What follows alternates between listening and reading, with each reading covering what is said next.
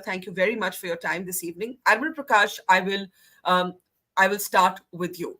Uh, I'll start with you because you argued in the Indian Express that basically economics cannot be an argument. Economics cannot be an argument either to in a sense advocate for the scheme and say that the pension bill or the is too big, nor can it be an argument to stay with the scheme because young men count on it for employment. And that made a lot of sense to me.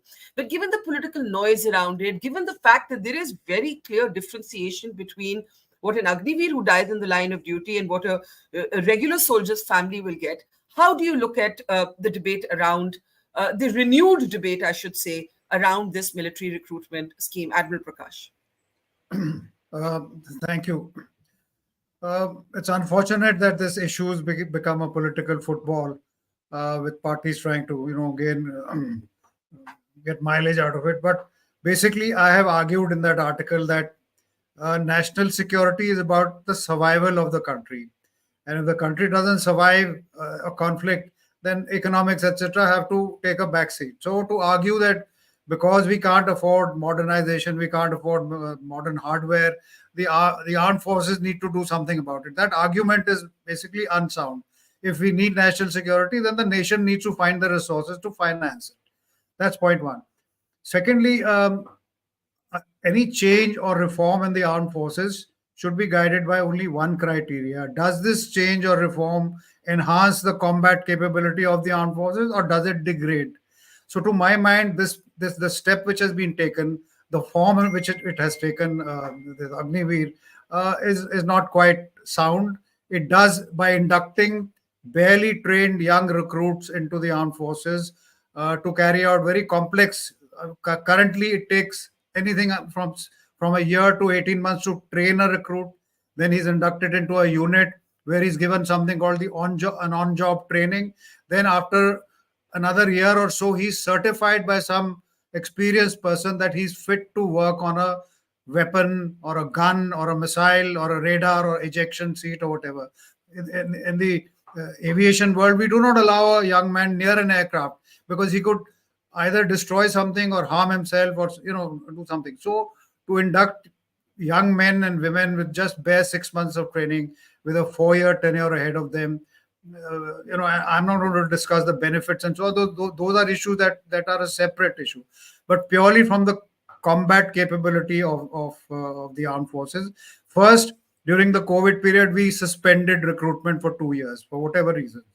Then we demolished a whole existing system of recruitment and training and replaced it with something barely, not even tried out. Some trial should have been carried out. There are ways of trying it out. If it works, fine, induct it. So Agniveer or something similar is the right way to go about it to reduce your pension bill. By the way, there are 14-15 lakh people serving in the armed forces today. This expenditure is not going to stop tomorrow. It will only stop when they retire, and not when they retire, when they die. And when they die, their wives will get the pension. So it could be easily 30-40 years before any significant change comes into the expenditure that we are so worried about. So just by inducting Agniveers today in such a hasty manner, we are not going to save money tomorrow or day after. So Can this I can I ask you so, though? so some more deliberately and in a calibrated manner. That's all I'm So, saying. so the idea per se is not what bothers you. It's the jaldbazi, as they say in Hindi, the hastiness, the lack of a pilot, perhaps to test it, the lack of enough application of mind. It was done in a hurry, but the idea per se, 4 years, 30,000 rupees per month, different criteria for a man who dies in the line of duty as an Agniveer and a man who dies as a regular soldier. Are you comfortable with that? Yeah, the idea of inducting people with a shorter term and making sure that not everybody who joins will get a pension is a sound idea. That's the only way you can reduce your pension bill. And making their conditions of service is something within our powers. We can make sure that there is no discrimination. After if two men are in a trench and one guy knows that he's going to be put on the street in 3 years and the other guy is, different. So those kind of things can be sorted out. They are not insurmountable. The basic idea of inducting short service people into the armed forces is also sound. But it's the hurry in which it's been done, and it's a lot of rough edges to this whole scheme, which can be sorted out with a little bit of deliberation. Um, that's all. Okay, let's open it up. General Shah, I have read your pieces, also somewhat critical, but Admiral Prakash doesn't per se oppose the idea. Like to me personally, maybe I'm a silly old romantic. I've only reported on the military, never been a military person. But the idea of that discrimination disturbs me at an emotional level. Maybe emotion has nothing to do with it, as Admiral Prakash reminds us. The only and only criteria to measure this should be combat effectiveness. I would, in my naive way, add another question. What about the ethos of the military? Does the ethos of the military not get somewhat disturbed by these two kinds of recruits, two kinds of soldiers within the same military? And I know, of course, short service officers have always been there, but even so, this is very institutionalized. General Shah. Ye- Yes, certainly. I mean, now you've got two classes of soldiers. One is the glorified Agniveers and the good old regulars who came in by the normal method. And these Agniveers, there are certain duties which they cannot be asked to perform. And let me, Barkha, tell you a little about the experience of foreign armies. Uh, I went to Argentina last year and visited um, their war memorial to the Falklands War. They call it the Malvina War. And I asked the colonel there who was guiding me, I said, Colonel, you were in position for about 2 months. How did you allow a British force to come 3,000 kilometers away and drive you out within 10 days? Well, he said, General, our conscripts had no stomach in the fight. Plain and simple. So, this is what I say, conscripts, ill trained, only for 6 months. I hope they do have stomach in the fight. Another thing I'll tell you is the card punching and the short tenures of American forces in Afghanistan and of the Russian forces in Afghanistan. They came in for short tenures. You know the very what happened to them. The Afghans drove them out of the country. So we've got to be very careful. What has not been stated clearly is whether the regimental system, which is the strength of the army, will it be retained or not? There have been lukewarm, uh, you know, um, statements. Okay, no, no, we are not touching the regimental system. I'm afraid that over a period of time, these will be touched upon. Now, the ethos of the army is cultivated not by training somebody for 6 months. It comes over a long period of time, and that can only come if you have regular soldiers. Let me give you the example of short service commissioned officers. Why was their tenure increased from 5 to 10 years? There must have been some reason. Okay, now let me tell you from my personal experience. Another reason is we are decreasing the age profile. Not at all. They are taking recruits from 17 to 21 who are 10 plus 2. Barkha, let me assure you, I've been in combat. I've been spent most of my life in insurgency areas. I found that physical toughness, though important, is not as important as mental strength. And I found soldiers between the age of 25 to 35, they are physically fit, they are mature, and have got mental strength. So this thing about decreasing the age profile, I don't think carries much So, so, water. so, so, so, so, unlike Admiral Prakash, are you against the very idea per se, General Shah?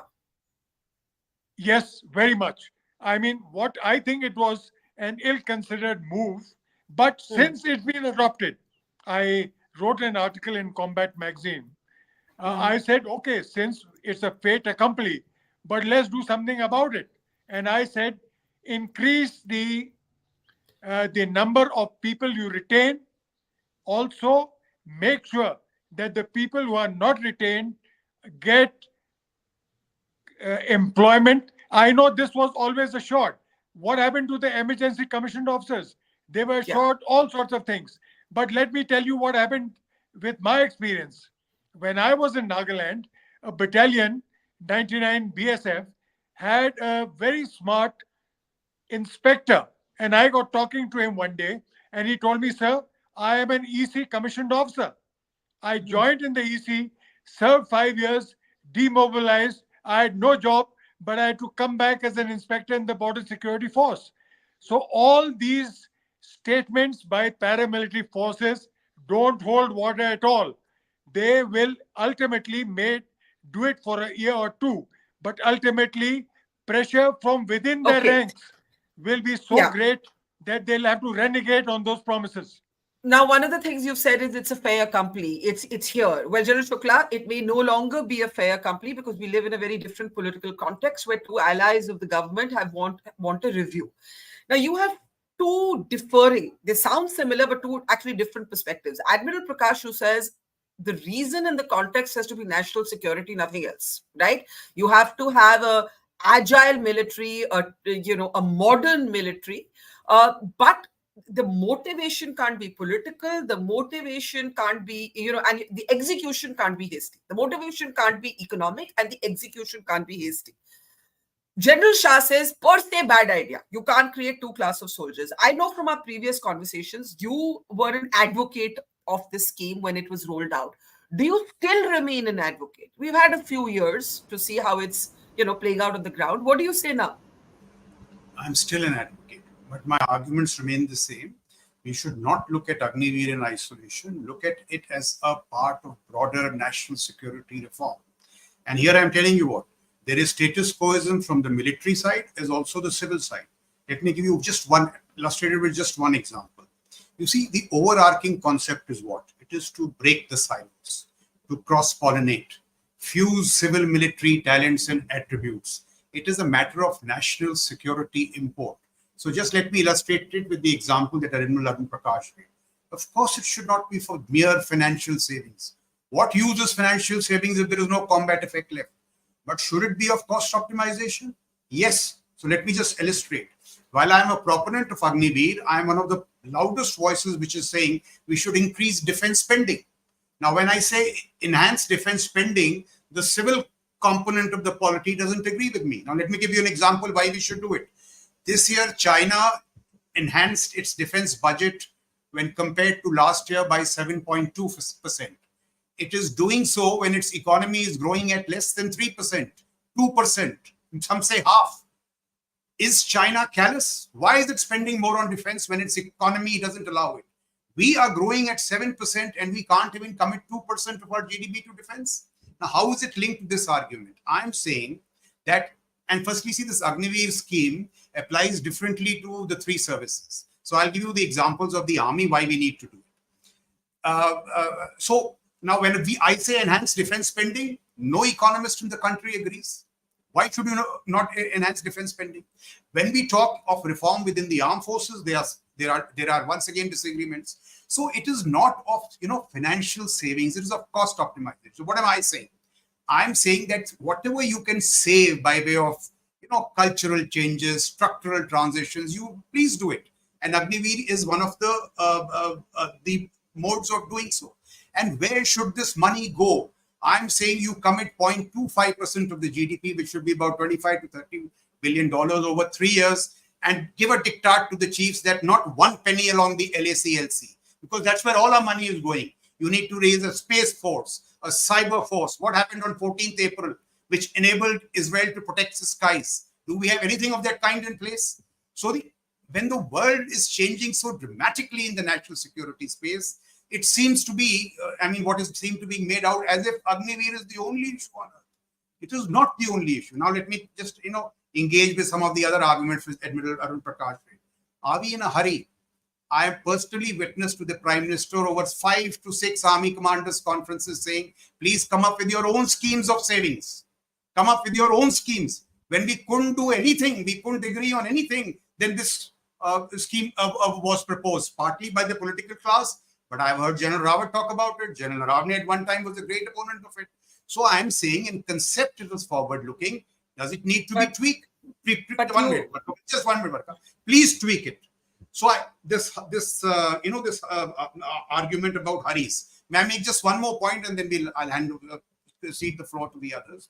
You see, this is going to happen with all change. I was member of the DGPP. I was a DGPP member of the CDS committee and all. T-1, 60% of the armed forces were not for CDS DMA. So should we not have had CDS DMA? And if all these arguments are going to be settled in political echelons, I'm afraid none of these professional technical arguments will get along. In the past, the CDS was sabotaged by one force. We know who did it. And the same thing will happen in theater commands. So I'm saying that we cannot be locked in status quoism. You have to change. Agniveer is one of those. Whatever problems it has, they can be done away with. But it has to be seen in the context of the larger national security. Okay, before I come to General Yashmore and to Admiral Prakash, you mentioned General Naravane. Now, his book, we're still waiting for the full edition of the book, more because of references to China. The book seems to have been withheld for security reasons. But in the public domain, we do know what General Naravane said about Agnipath. And we have some of those excerpts on our screen. The army wanted 75% retention in Agnipath scheme. The army initially did not agree with the compensation and so on, right? And that when the plan came, he actually says that we in the army were taken by surprise. Later, we were told that this was a scheme that came from within the military. That's not what General Naravane said. So if you just have a quick comment, since you mentioned him, General Shukla, and then I'll go on to General Yashmore. See, firstly, just last week, he made another comment by which he seemed to be welcoming the Agnipath scheme. He said it's so good, it must be introduced in the paramilitary. See, I don't want to get into a one-on-one with General Naravane, but I do know that General Rawat was talking about it. General Naravane was talking about it. I, as the army commander, was tasked to analyze the Agnipath scheme in its training dimension. I've done it. You asked my chief of staff, General Sandhu, in the first presentation he made to me in the army's context, he said was wonderful. One of the reasons I'll give you, the army was taking a trained driver and training him for 3 years. Can we afford such luxuries in today's day and age? Take a trained driver and train him for 3 years. So we are just tweaking that. Then we found that no army, in the world trained for more than 25, 26 weeks. So we said, compress the time frames and whatever savings you have, if you put it into technology. Now, this is basic training. This certainly doesn't apply to what Admiral Arun Prakash was saying, aviation training, that is advanced. A pilot and technicians will be changed for a longer duration. So it's a matter of great nuance. In 3 such large services with so many trades, there will be not one size which fits the bill. Achha, if you don't have Agniveer, just one last point. Does the army have any proposals to save money? I can give you 5, 6, but even those there will be great oppositions on. So somewhere you have to save money, and that money will go into a space force, a cyber force. Do we not need this stuff? That's my whole argument. Okay, let me take your question to General Yashmore, who is like you are a known advocate. He's a known critic of the scheme. General Yashmore, please pick up General Shukla's point that cost optimization opportunities were given.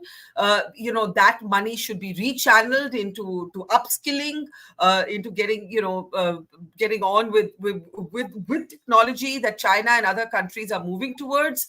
You can't be penny wise, pound foolish, or the other way around. What would you say? I think, Barkha, all these arguments have come up after the scheme came like a bolt from the blue. Nobody had an idea.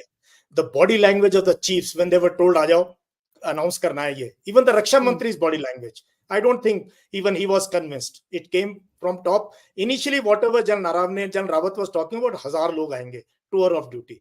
वो हम भी सुनते थे ऐसे आएंगे और officers आएंगे uniform में ये वो that was going on. Okay, let's get some people, they will carry the image of the army and all. It was that much. Even if you had to do it, we could have got 1000 5000 people test bedded it. मैं ना 2-4 बड़ी important चीजें बताऊंगा बरखा, क्योंकि problem क्या है ना, we sit, we analyze, good China, Space Force, this, that. Finally, if the man who is going to be your boots on ground is unhappy, you can't do anything. We are seeing it in Ukraine. We are seeing it. IDF is buying it in with Gaza. The Israel military is fed up of Netanyahu says कि यार बंद करो ये लड़ाई. Because see, अब क्या हो गया ये scheme आने से, जो the rural youth, the strongest and the best young boys in rural India, जिनकी ये तमन्ना थी यार फौज की वर्दी पहने, वो सब के सब, thank you very much. Now army is the last choice of the young boys from the villages. I'm making a very profound statement, but because मैं गांव से जुड़ा हुआ हूं यार, मैं जाता रहता हूं गांव में, बच्चे मेरे साथ जुड़े हुए. So suddenly those boys were running on the roads. At least 2-3 years they were preparing, they were doing this that, so that they were away from drugs and negativity. कुछ भर्ती हो गए, कुछ नहीं हो गए, they would find something else. So big change. Army is no longer. Second thing, very important thing, which our senior officers just have no idea about it probably, is unit cohesion. Barkha, unit cohesion आज अग्निवीर की जो है, they are taunted, they are sarcastic remarks. एक section के अंदर, can you believe, will the Agniveer, उसको पता है मेरे साथ वाला अगर परमानेंट हो गया मैं चले जाऊंगा. We are attacking the very cohesion of an infantry platoon and section. Barkha, कैसे ये लोग, मैं तो infantry commissioned हूँ, mechanized और armor में काम किया मैंने. I understand a tank crew, if there are 2 Agniveers and 2 permanent, how are they going to gel in combat or even in peacetime firing and things this like that? And the third point I want to make, unit cohesion की बात करो, बड़ी चीजें रहने दो, space force, this force, that force, money optimization, China and all. I would read that later. Unit में क्या हो रहा है? What about your, it takes 7 to 8 years चाहिए एक सिपाही को टैंक कमांडर बनने में, BMP कमांडर बनने में, 2 फीती लगा के 6 बंदों को कंट्रोल करने में, 7 to 8 years of training. 4 साल ना कोई कोर्स करा सकते. बट आपने कहा कि army is now the last choice of boys in villages, but recruitment numbers don't bear that out. I'm not saying I'm a fan of this scheme. I'm on record saying I'm not. So I should declare my bias. I should declare my bias honestly in this conversation. But Jerry Ashford, the numbers show you that there is still massive line of young men lining up to be recruited under the scheme. So how do you say the army is the last choice? No, you know why? इतनी गुर्बत और गरीबी हमारे देहात के अंदर. या तो डंकी रूट से बाहर जा रहे हैं, दे आर रेडी कि चल 4 साल ही सही यार, 4 साल ही सही, उसके बाद शायद एक उम्मीद की किरण है, परमानेंट हो जाएगा. ना तो शादी करा सकता 4 साल, 30 दिन की छुट्टी. अब can you imagine this, you are sitting in Dras and Kargil. हम लोग उस एरियाज में रहे ना, लेह लद्दाख में, वहां Agniveer only 30 days leave, permanent soldier 90 days leave. ये एम्पैथी कहां चलेगी हमारी? ये how did we agree to these conditions? 30 days leave. So many Agniveers you see on my timeline on YouTube, you will start crying when you see serving Agniveers lamenting their angst on this thing कि साहब 15 दिन 6 महीने में घर जाऊंगा.